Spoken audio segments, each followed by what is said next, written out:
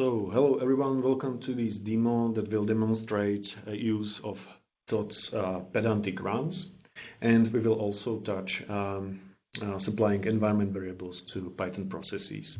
So here we are in a project structure. You can see that there's one file that is called app.py, and it's a simple hello world Flask application. If we take a look at requirements of our application, you can see Flask in any version that can be used to run the application. So what we can do, we can now open our configuration file. That's Thoth's configuration file. And as you can see, we have configuration stated there already. And there's a configuration of runtime environments that we are using. So one of the runtime environments is Fedora 34 running Python 3.9. And here you can see information about hardware that is used, GPU and things like that. Also other libraries that should be or should not be present in the target environment. Okay, so that's the configuration file. And now what we can do, we don't have a log file, so we can ask Thoth to resolve application dependencies, and we can ask it to directly install these application dependencies. So here you can see that Thoth backend is contacted, and the resolver is resolving application dependencies so that our application will run and all the application dependencies are resolved.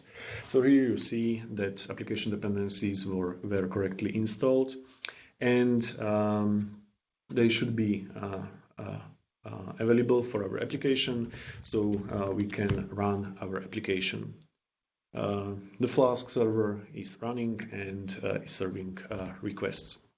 Okay, so now let's consider that we adjust configuration file in some way. So let's say that in the configuration file we state that we want to run Fedora 35 and Python 3.10. So now what we do Thamos check, and here you can see that Thamos check correctly detected that the runtime environment that we are using does not match the runtime environment that was configured in the configuration file.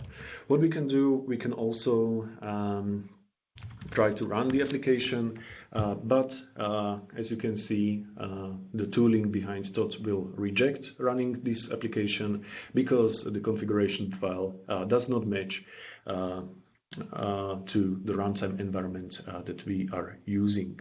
So this is a way how to prevent from running applications which configuration does not match expectation.